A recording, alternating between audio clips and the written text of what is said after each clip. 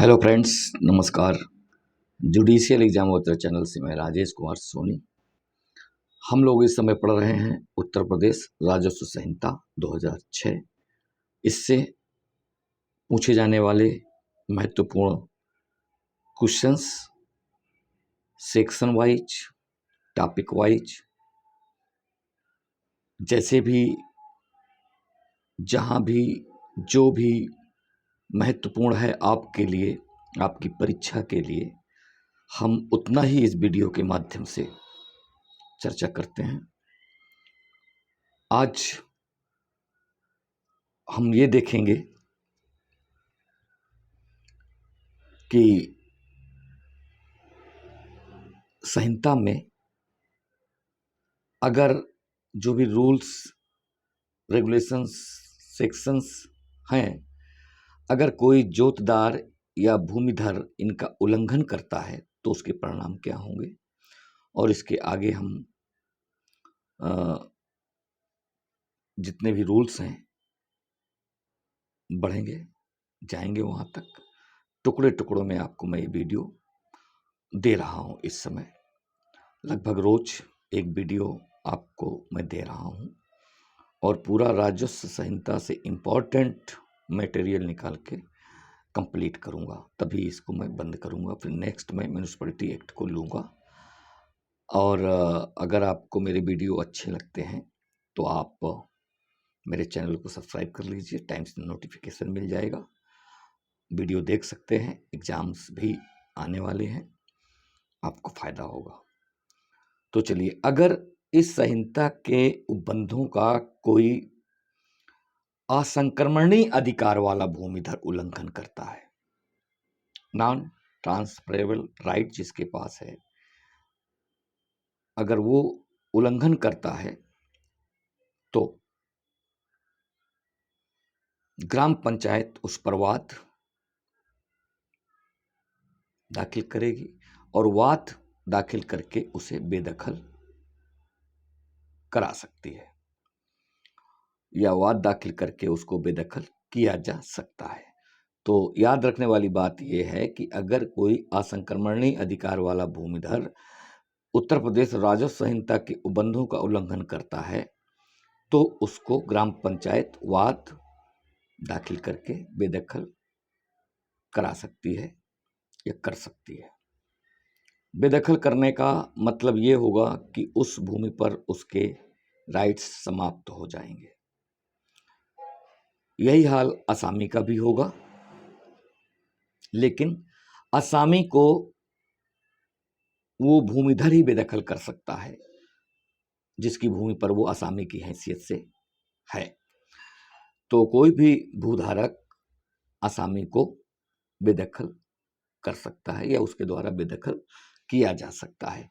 असामी का भी वही हाल होगा जो असंक्रमणीय अधिकार वाले भूमिधर का होगा, उसके भी भूमि से सारे राइट समाप्त हो जाएंगे, ये इसका प्रभाव होगा। और चूंकि असंक्रमणीय अधिकार वाले भूमिधर से हमें यही पता चलता है कि उसके पास संक्रमण करने का अधिकार ही नहीं है, यानी कि ट्रांसफ़र का कोई अधिकार नहीं है, उसके नाम से ही पता चलता है। तो उसके पास ट्रांसफरेबल राइट्स नहीं होंगे, ये आपको याद रखना है। इसके बाद हमारे पास सेक्शन 89 आती है और ये अधिकतम जोत सीमा को निर्धारित करती है। हमारे पास उत्तर प्रदेश अधिकतम जोत सीमा आरोपण अधिनियम 1960 है, उसको ये मान्यता देती है।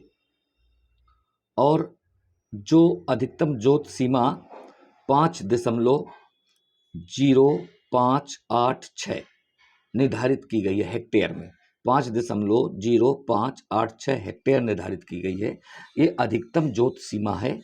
इससे अधिक भूमि नहीं होनी चाहिए, ये सेक्शन 89 बताती है।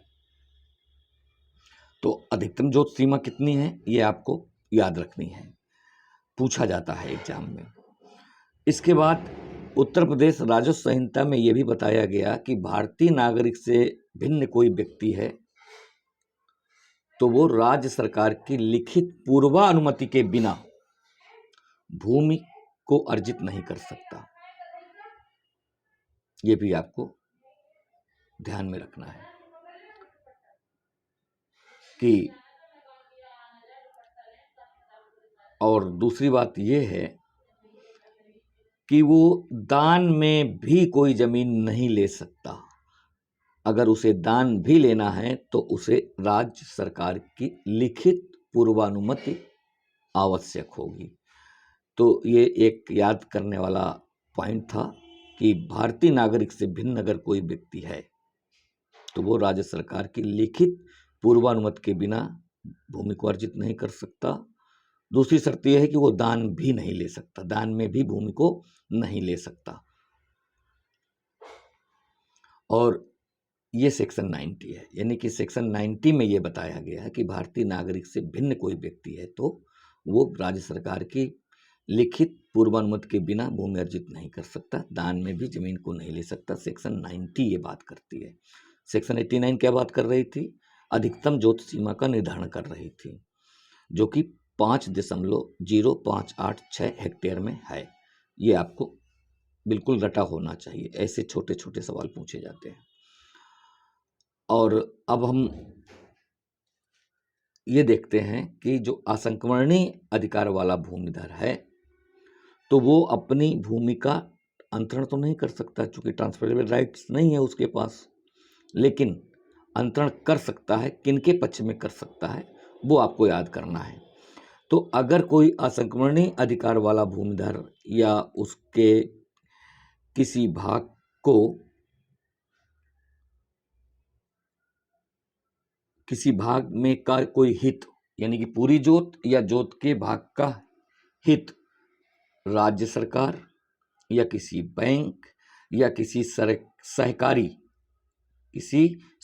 समिति या सरकार के नियंत्रणाधीन किसी वित्तीय संस्था से लिए गए ऋण के लिए प्रतिभूति के रूप में बिना कब्जा के बंधक द्वारा अंतरित कर सकता है।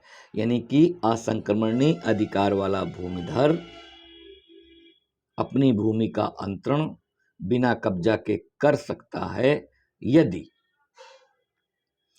राज्य सरकार या किसी बैंक या किसी सहकारी समिति या राज्य के नियंत्रणाधीन किसी वित्तीय संस्था से उसने ऋण लिया है और उस ऋण के बदले वो भूमि का अंतरण कर सकता है, बिना कब्जा के कर सकता है। तो ये बिना कब्जा के याद रखना है। असंक्रमणीय अधिकार वाला भूमिधर ट्रांसफर नहीं कर सकता, भूमि का ट्रांसफर बिल्कुल नहीं कर सकता किसी व्यक्ति को, लेकिन यदि उसने ऐसी स्थितियों में ऋण ले रखा है राज्य सरकार से, सहकारी समिति से या राज्य के नियंत्रणाधीन किसी वित्तीय संस्था से, तो इन लोगों को वो ट्रांसफर कर सकता है, बिना कब्जा के ट्रांसफर कर सकता है। और इसकी जमीन का विक्रय भी हो सकता है। दो स्थितियों में विक्रय हो सकता है, या तो न्यायालय के किसी डिग्री का निष्पादन के दौरान निष्पादन में किया जा सकता है अगर आवश्यकता है तो, या फिर भू राजस्व के संग्रह की कार्यवाही की जा रही है, उसने भू राजस्व जमाने से जमा नहीं किया है और उसके पास है भी नहीं जमा करने के लिए, तो फिर भू राजस्व पूरा करने के लिए, प्राप्त करने के लिए उसके जमीन का विक्रय किया जा सकता है। ये बात धारा 92 में 92 में बताई गई है। तो सेक्शन आपको 91 और 92 और 90, तो जो इम्पॉर्टेंट है वो सेक्शन 90 है, इसके बाद 92 है। ठीक है, तो ये आपको दिमाग में बिल्कुल रखने हैं। सवाल पूछे जाते हैं यहाँ से, जहाँ से पूछे जाते हैं मैं वहीं से आपसे बात कर रहा हूँ। फालतू बात टाइम खराब करने का मतलब होता है। अब दूसरी बात जो आपको याद रखना है, और ये बात सेक्शन 93, 104, 105 और सेक्शन 89, इस चारों को मिला करके आपको समझनी है। तो पहली बात तो आप ये जान लीजिए कि सेक्शन 89 में अधिकतम जोत सीमा का प्रावधान किया गया है। ठीक है, सेक्शन 93 में भी बात करूंगा उसके लिए, यानी कि विक्रय माना जाएगा। क्या विक्रय माना जाएगा कि यदि कोई भूमिधर ऋण ले रखा है तो ऋण या ऋण पर ब्याज के बदले जोत या उसके किसी भाग पर कब्जा अंतरित कर देता है किसी भी व्यक्ति को, तो उसको विक्रय माना जाएगा। सेक्शन 93 ये कहती है कि अगर कोई भूमिधर है वो अपने जोत को या जोत के किसी भाग को ऋण के बदले या ऋण पर ब्याज के बदले कब्जा अंतरित करता है उसका, तो उसको विक्रय माना जाएगा। सेक्शन 93 ये कहती है। तो सेक्शन 89 अधिकतम जोत की बात करता है, सेक्शन 93 विक्रय की बात करता है, और सेक्शन 104 ये कहता है कि यदि इस अधिकतम जोत सीमा से अंतरण कर दिया किसी व्यक्ति को और उसके पास अधिकतम जोत सीमा से अधिक भूमि हो गई तो वो फिर राज्य सरकार को चली जाएगी। सेक्शन 104 ये कहता है कि ऐसा अंतरण शून्य हो जाएगा और वो राज्य सरकार को चली जाएगी। तो सेक्शन 104 में ऐसा अंतरण, ऐसा विक्रय शून्य हो जाएगा, और सेक्शन 105 कहता है राज्य सरकार में निहित हो जाएगी। तो ये सेक्शन 89, 93, 104, 105 मिला जुला करके इतनी बात करता है। तो फिर से मैं रिपीट करता हूं कि अगर कोई भूमिधर अपने किसी जोत या जोत के किसी भाग को ऋण या ऋण पर की ब्याज के बदले अपना कब्जा अंतरित करता है तो इसको विक्रय माना जाएगा। और यदि ऐसे अंतरण से अंतर्ती के पास अधिकतम जोत सीमा से अधिक भूमि हो जाती है तो ऐसा अंतरण शून्य हो जाएगा 104 में, और भूमि राज्य सरकार में निहित हो जाएगी। याद रखने की बातें हैं, क्वेश्चन यहां से घुमा फिरा करके पूछ देता है, उलझा हुआ है। चलो, तो अब हम सेक्शन 94 की बात कर लेते हैं। याद रखना है, सेक्शन 94 पट्टे की बात करता है, पट्टे की व्यवस्था की गई है। और सेक्शन 95 में पट्टा किस प्रकार किया जाएगा, पट्टे का ढंग बताया गया है। तो कभी कभी सीधे सेक्शन पूछ लेता है, कौन सा सेक्शन, कौन सी धारा पट्टे से संबंधित है, 94। कौन सी धारा पट्टे के ढंग से संबंधित है, तो 95। तो 94 में यह कहा गया है कि कोई भी भूमिधर निजी पट्टा कर सकता है, कर सकता है। निजी पट्टा कोई भूमिधर किसी व्यक्ति को कर सकता है, किसी फर्म को कर सकता है, किसी कंपनी को कर सकता है, कृषि हेतु या सौर ऊर्जा संयंत्र के लिए भी कर सकता है। तो कोई भी भूमिधर पट्टा कर सकता है, पट्टे से संबंधित है सेक्शन 94। अब ये कहा गया कि जो निजी पट्टा किया जाएगा उसकी अधिकतम समय सीमा 15 वर्ष होगी, लेकिन उसके बाद भी इस सीमा को बढ़ाया जा सकता है, बढ़ाया जा सकता है, आपसी सहमति के द्वारा वो बढ़ा सकते हैं। तो निजी पट्टे के लिए तो 15 वर्ष की व्यवस्था की गई है, और ये भी कह दिया गया कि आपसी सहमति से वो आगे बढ़ा सकते हैं, अग्रतर वृद्धि कर सकते हैं। लेकिन सौर ऊर्जा संयंत्र के लिए इस पट्टे की अवधि 30 वर्ष रखी गई है। तो सौर ऊर्जा संयंत्र स्थापित करने के लिए किसी भी इकाई को ये पट्टे की अवधि अधिकतम 30 वर्ष रखी गई। 30 वर्ष तक के लिए पट्टा किया जा सकता है।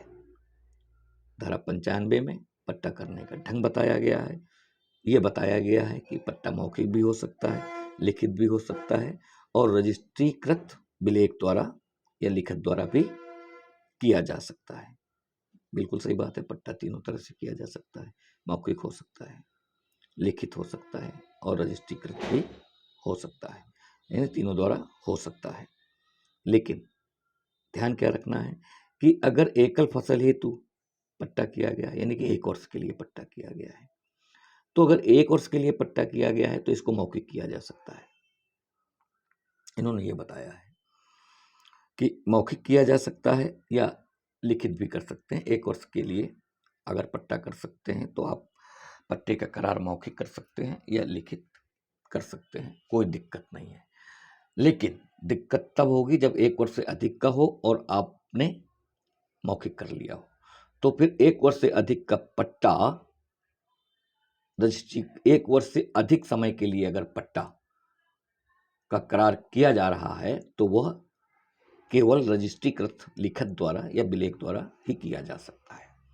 यानी कि 1 वर्ष तक के लिए जो पट्टा किया जाएगा उसके लिए छूट है, आप लिखित कर लीजिए, मौखिक कर लीजिए। लेकिन अगर 1 वर्ष से अधिक के लिए कर रहे हैं तो सिर्फ एक ही रास्ता है आपके पास कि रजिस्ट्रीकृत विलेख द्वारा ही उसको किया जा सकता है। और इसमें यह भी बताया गया है कि अगर पट्टेदार पट्टा समाप्त करना चाहता है तो पट्टा समाप्त की अवधि से 6 माह पूर्व उसे सूचना देना होगा पट्टा कर्ता को। ये इन्होंने स्पष्ट कर दिया है कि लिखित नोटिस देनी होगी, 6 माह की लिखित नोटिस देनी होगी। तो पट्टे के लिए पट्टे की अवधि अगर समाप्त हो रही है तो समाप्ति के पूर्व 6 माह की लिखित नोटिस आपको देना आवश्यक होगा। तो 94 और 95 पट्टा से संबंधित है, पट्टे के बारे में बताया गया है। जो मुख्य बिंदु हैं पट्टे के संबंध में 94-95 में, हमने उनको यहाँ पढ़ लिया, समझ लिया। अब हम सेक्शन 98 पे पहुँचते हैं और सेक्शन 98 पे बताया गया है कि अगर कोई अनुसूचित जाति का व्यक्ति है और वह अपनी भूमि का अंतरण करना चाहता है तो अनुसूचित जाति से भिन्न व्यक्ति को यदि वो अंतरण करना चाहता है तो उसे कलेक्टर से अनुमति लेनी होगी। तो ये 98 में बताया गया है कि कलेक्टर की अनुमति प्राप्त करनी होगी उसे अपनी जमीन के अंतरण करने के लिए। अगर वो अनुसूचित जाति के व्यक्ति से भिन्न व्यक्ति को अंतरण करना चाहता है तो 98 इंपॉर्टेंट है, याद रखने की बात है।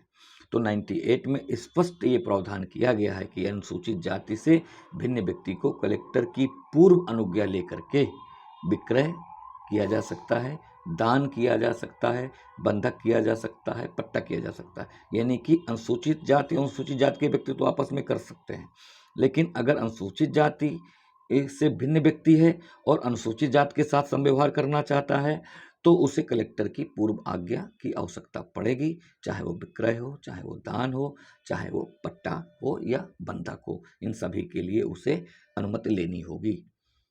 अब 98 ने स्पष्ट कर दिया, स्पष्ट प्रावधान है, इसका उल्लंघन नहीं किया जा सकता।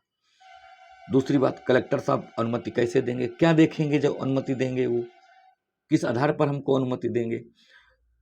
तो वो अनुसूचित जाति का व्यक्ति कलेक्टर साहब से अनुमति लेने जाएगा कि साहब मैं अपनी जमीन अपनी जाति से भिन्न व्यक्ति को ट्रांसफर करना चाहता हूँ। तो वो कौन से आधार बताएगा?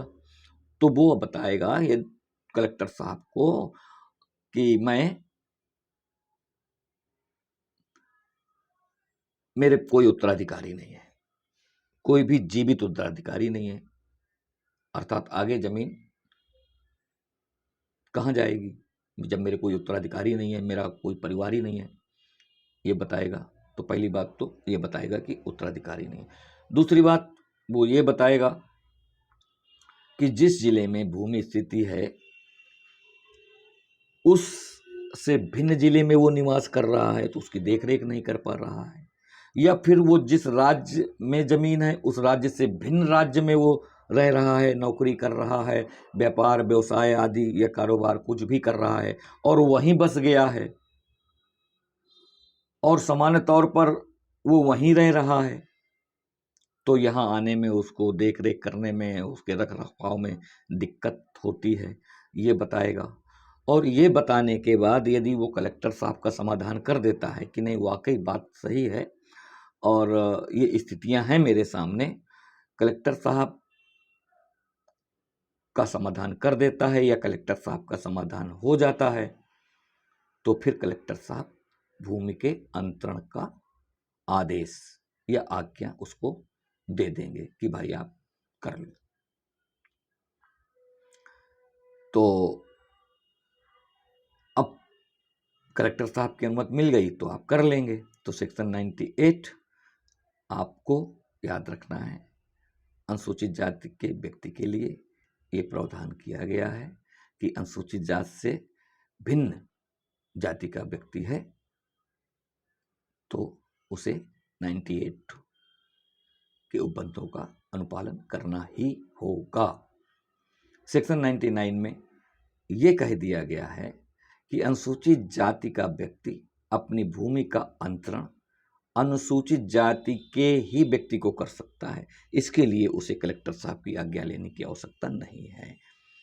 तो 98 में अनुसूचित जाति से भिन्न व्यक्ति को अनुसूचित जाति द्वारा अंतरण कलेक्टर साहब की अनुमति।